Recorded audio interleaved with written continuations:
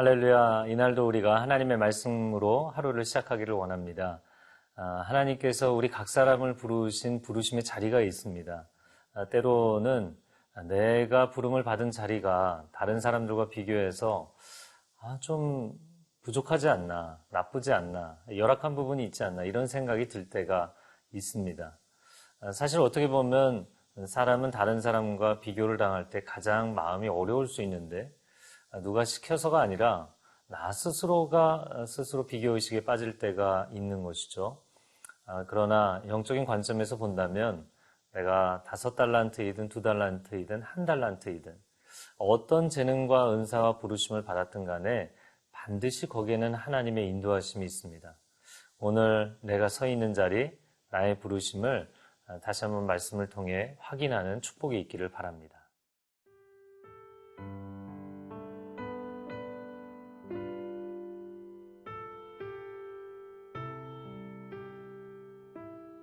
여호수아 15장 1절에서 12절 말씀입니다. 또 유다 자손의 지파가 그들의 가족대로 제비 뽑은 땅의 남쪽으로는 에돔 경계에 이르고 또 남쪽 끝은 신광야까지라. 또 그들의 남쪽 경계는 염해의 끝, 곧 남향한 해만에서부터 아그라빔 비탈 남쪽으로 지나 신에 이르고 가데스 바네아 남쪽으로 올라가서 헤스론을 지나며 아달로 올라가서 돌이켜 갈가에 이르고 거기서 아스몬에 이르러 애굽 시내로 나아가 바다에 이르러 경계의 끝이 되나니 이것이 너희 남쪽 경계가 되리라. 그 동쪽 경계는 염해이니 요단 끝까지요. 그 북쪽 경계는 요단 끝에 있는 해만에서부터 벳 호글라로 올라가서 벳 아라바 북쪽을 지나 르벤 자손 보한의 돌에 이르고 또 아골 골짜기에서부터 드비를 지나 북쪽으로 올라가서 그 강 남쪽에 있는 아둠밈 비탈 맞은편 길가를 향하고 나아가 엔 세메스 물들을 지나 엔로겔에 이르며 또 흰놈의 아들의 골짜기로 올라가서 여부스 곧 예루살렘 남쪽 어깨에 이르며 또 흰놈의 골짜기 앞 서쪽에 있는 산 꼭대기로 올라가나니 이곳은 르바임 골짜기 북쪽 끝이며 또 이 산 꼭대기에서부터 넵도와 샘물까지 이르러 에브론산 성읍들로 나아가고 또 바알라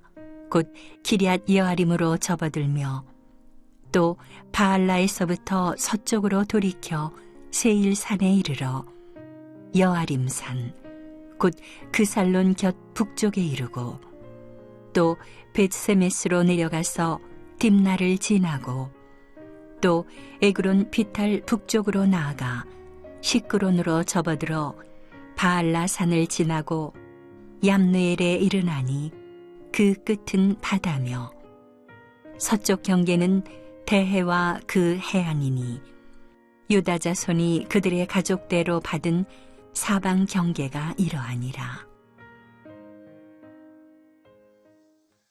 오늘 본문의 첫 번째 부분입니다. 유다 지파가 받은 사방 경계에 대해서 오늘 본문이 말씀을 하고 있습니다. 1절 말씀해 보면 또 유다 자손의 지파가 그들의 가족대로 제비 뽑은 땅의 남쪽으로는 에돔 경계에 이르고 또 남쪽 끝은 신광야까지라 이렇게 되어 있습니다. 자, 유다 지파가 받은 땅 요단강을 건너서 요단강 서편이죠. 서편에서 첫 번째 땅을 받았습니다. 첫 번째 땅이라는 것은 남쪽부터 해서 첫 번째인 것이죠. 이집트로부터 들어오는 경로를 놓고 본다면 첫 번째 이른 땅, 그 지역에 유다가 기업을 분배를 받습니다. 자, 남쪽 경계를 설명을 했는데 에돔 경계에 이른다 되어 있습니다. 요단강을 건너왔는데 갈릴리에서 사해까지 100km 정도에 이르는 그 요단강이 마지막 끝나는 부분 남쪽이 사해죠. 그 사해의 남쪽에 에서의 후손인 에돔 족속들이 살고 있었습니다. 그래서 그 에돔 족속까지 이어지는 경계가 남쪽 경계다. 남동쪽의 경계는 에돔이고, 그리고 더 남쪽 중앙부로 내려오면 신광야에 이른다라고 되어 있죠. 그래서 시나이 반도, 시내 광야에 이르는 그 광야의 시적 지점까지 이른다고 설명을 한 것입니다. 자, 5절 말씀을 보면 그 동쪽 경계는 염해이니 요단 끝까지요. 그 북쪽 경계는 요단 끝에 있는 해만에서부터라고 되어 있습니다. 자, 유다 지파가 받은 그 지역의 경계표를 설명을 하고 있는데 동쪽은 염해, 이게 소금바다죠. 이 소금바다는 죽음바다이기 때문에 사해라고도 표현을 합니다. 그래서 동쪽 경계는 사해에 이르는 것이고, 그리고 북쪽 경계는 요단 끝에 있는, 여기서 요단 끝이라는 것은 사해에 붙어있는 요단강 끝이라는 표현이죠. 그래서 북쪽에서 남쪽으로 100km에 이르는 이 요단강의 남쪽 끝을 이야기하는 것입니다. 그 정도 위도로 연결을 하면 바로 그 위도 아래에 예루살렘이 있고 그 아래 베들레헴이 있고 이런 주요 도시들이 나오게 되는 것이죠. 그래서 그런 북쪽 경계선을 좌우로 쫙 갈라서 보면 남쪽으로 주요 도시인 예루살렘이 있고 북쪽으로는 베냐민 지파의 주요 도시인 기브아, 사울 왕의 고향이었던 기브아가 등장을 하게 됩니다. 또 경계를 남쪽, 동쪽, 북쪽을 보았으니까 이제 서쪽을 봐야 되겠죠. 서쪽은 12절에 나옵니다. 서쪽 경계는 대해와 그 해안이니 유다 자손이 그들의 가족대로 받은 사방 경계가 이러하니라. 네, 서쪽은 당연히 바다 쪽으로 붙어 있기 때문에 지중해와 연결되어 있는 해안선이었습니다. 그래서 그것은 큰 바다다 이런 의미로 대해라고 이야기를 한 것이죠. 유다 지파가 받은 사방의 경계를 보았습니다. 동서남북을 보았는데요. 여러분 요단강 서편에서 가장 첫 번째 땅을 받았으니까 1순위로 받은 것 아니냐 이렇게 생각하겠지만 다른 곳과 비교를 해보면 그다지 비옥한 땅은 아니었던 것으로 보입니다. 왜냐하면 북부 갈릴리, 나중에 예수님께서 활동하셨던 그 갈릴리 지역은 굉장히 살림이 아름답고 호수가 있고 자연환경이 좋은 곳이었죠. 그럼 북부의 갈릴리도 아니고 또 중부에는 상당히 평원 지역이 넓게 펼쳐져 있어서 그 평원으로부터 많은 수확물을 거둘 수가 있었습니다. 그 중부의 평원 지역도 아니고요. 이곳은 굉장히 지리적으로 보면 사방 경계를 설명을 해줬지만 열악한 부분이 많습니다. 왜냐하면 동쪽으로는 죽어있는 바다 사해에 이르게 되고 남쪽으로는 죽은 땅인 광야에 이르게 됩니다. 또 서쪽으로는 대해와 연결되어 있다고 했지만 다윗왕 시대까지 사실 블레셋의 5대 도시가 장악을 하고 있었기 때문에 서쪽의 바다로 나아가는 그 물길은 제대로 이스라엘이 장악을 하지 못한 상태였죠. 또 북쪽으로는 다른 지파들과 접근되어 있는 접경 지역이었는데 그 다른 지파들과의 관계가 좋지 않는 그런 역사의 시점에서는 상당히 또 어려움이 있었죠. 어찌 보면 유다 지파가 영적인 장자 지파였지만 그들이 받은 땅은 그렇게 훌륭한 땅이 아니었다는 것입니다. 그럼에도 불구하고 재밌는 점은 유다 지파가 전혀 불평을 하지 않습니다. 전 유다 지파를 볼 때마다 정말 놀랍다 이런 생각이 듭니다. 어떻게 이런 땅을 받았는데 그들은 불평하지 않았는가?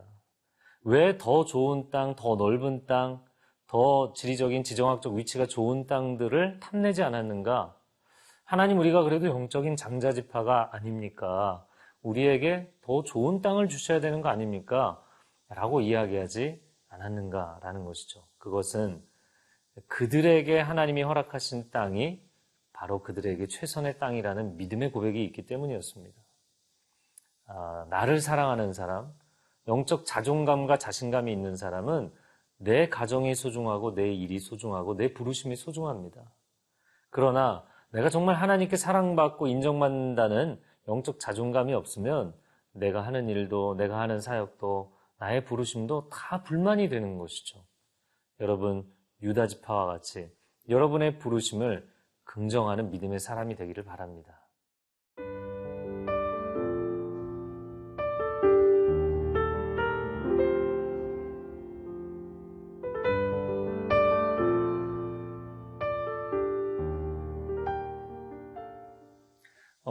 오늘 두 번째 묵상을 나누도록 하겠습니다. 12절 말씀, 서쪽 경계는 대해와 그 해안이니 유다 자손이 그들의 가족대로 받은 사방 경계가 이러하니라. 유다 지파가 받은 사방 경계에 대해서 오늘 본문을 통해서 쭉 나누었습니다. 유다 지파가 이 땅을 받은 것, 그리고 이 땅에서 그들이 영적인 리더 역할을 12지파 가운데 감당했던 것, 그런 내용들을 함께 묵상을 나누기를 원합니다. 여러분, 유다는 야곱의 12아들 가운데 원래는 네 번째 아들에 해당하는 사람이죠. 그런데 그의 인생이 하나님 앞에 특별히 구별이 되어서 그는 12아들 가운데서 혈통상으로는 네 번째지만 영적으로는 장자 역할을 하게 됩니다. 그런 아버지의 인정을 받고 하나님의 축복을 받게 되었죠. 그럼 서열상 많이 뒤로 밀리는데 어떻게 그런 역할을 하게 되었는가? 이 첫 번째 아들이었던 루벤, 그 루벤은 사랑받지 못하는 아내 레아의 첫째 아들이었기 때문에 아비에게 사랑받지 못했고 사랑받지 못하는 장자가 리더십을 발휘하지 못했죠.